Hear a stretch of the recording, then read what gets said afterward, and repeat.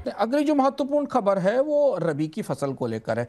रबी का रकबा नवंबर तक 27% बढ़कर 130 लाख हेक्टेयर से ऊपर पहुंच गया है और इसमें गेहूं में दलहन और तिलहन का रकबा सबसे ज्यादा अच्छा है। आमतौर पर यह खबर बाजार के लिए, खेती के लिए, किसानों के लिए अच्छी मानी जा रही है। लेकिन अगर आप देखें तो बाजार में कीमतों के लिहाज से खबर थोड़ी चुनौतीपूर्ण है। 7 नवंबर तक के आंकड़े हमारे पास हैं, 27% रकबा बढ़ा है और इसकी वजह यह है कि मानसून थोड़ा लंबा चला, इसलिए नमी ज़्यादा थी। रबी की रोबस्ट खेती, अच्छी खेती पैदावार होने की संभावना है। पर इसकी जो उलझन और दुविधा है वो सबसे बड़ी ये है कि एक तो अभी बाजार में पहले से ही तमाम फसलों की कीमतें एमएसपी से नीचे हैं। गेहूं, तिलहन और दलहन का रकबा बढ़ा है रबी में। पिछली ही फसलों के लिए बाजार में सही मूल्य नहीं मिल रहे हैं, सरकार को उसमें दखल देना पड़ रहा है। इस बीच में हमें यह दिख रहा है कि रबी की उपज की भी तैयारी जोरदार है, यानी जो उत्पादन है आने वाले दिनों में रबी का वो बेहतर होने वाला है। तो किसानों के लिए यही फसल केवल उनको नुकसान नहीं देगी, बल्कि इस बात का खतरा है कि रबी की कीमतों पर भी बड़ा दबाव दिखेगा। और इसे अगर आप सरकार के नज़रिए से देखें तो सरकार के लिए बड़ी चुनौती है, क्योंकि उसका एमएसपी किसानों को वो कीमत नहीं दे पा रहा है। बाजार में कीमतें एमएसपी से नीचे हैं। हालांकि एक चीज़ ध्यान रखने वाली है कि खरीफ के उत्पादन के, पैदावार के जो अनुमान आते हैं सरकार की तरफ से, वो अभी तक नहीं आए। अगली खबर की तरफ चलते हैं। एक और आंकड़ा आया जो किसानों के लिए और उपभोक्ताओं के लिए अलग अलग मतलब रखता है।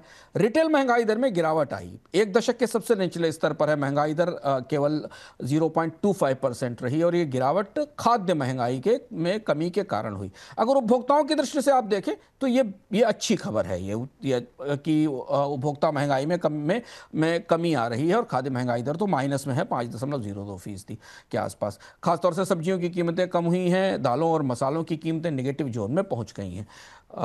कर्ज के लिहाज से, आरबीआई के लिहाज से का मतलब क्या है, इसे बाद में समझेंगे। पहले हमें समझते हैं कि किसानों के लिए इसका क्या मतलब है। तीसरी खबर इस श्रृंखला में यह है, कपास के बाद, रबी के बाद, कि इस साल खाद्य बाजार में अब हमें एक डिफ्लेशन की स्थिति बनती दिखाई दे रही है। आंकड़ा जो आपको चार्ट सामने दिखाई दे रहा है खाद्य महंगाई का, ये लगातार बता रहा है कि सभी प्रमुख फसलों की कीमतें अब नीचे हैं और माइनस जोन में। आमतौर पर ऐसी परिस्थिति नहीं देखी जाती। खरीफ की सभी फसलों की कीमतें अब एमएसपी से नीचे चल रही हैं। तो यहां खेती में एक डिफ्लेशन वाली परिस्थिति बनती दिख रही है। लंबे समय बाद हम वहां जा रहे हैं जहां डिफ्लेशन है। और अगर आप रबी के उत्पादन के आंकड़ों की रोशनी में से समझने की कोशिश करें, जो हमने भी आपको थोड़ी देर पहले बताए, तो यह डिफ्लेशन अब खरीफ से रबी तक लंबी चल सकती है।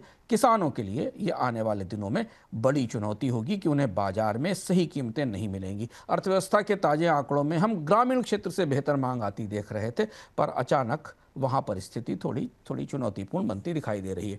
लेकिन हाँ, अगर आरबीआई के नज़रिए से इसे आप समझने की कोशिश करें, वित्तीय बाजार के नज़रिए से या शेयर बाजार के नज़रिए से समझने की कोशिश करें, तो इससे अच्छी कोई परिस्थिति नहीं है। रिजर्व बैंक पर दबाव बनाया जा सकता है कि ब्याज दरों में एक कटौती और करे, एक कमी और करे, क्योंकि उपभोक्ता महंगाई की दर उसके अपने आकलन से 1.8% का उसका आकलन था इस तिमाही के लिए, अक्टूबर, नवंबर, दिसंबर की तिमाही के लिए, उस तिमाही से भी नीचे चली गई है। और उसके अपने आकलन से भी एक खाद्य महंगाई नीचे।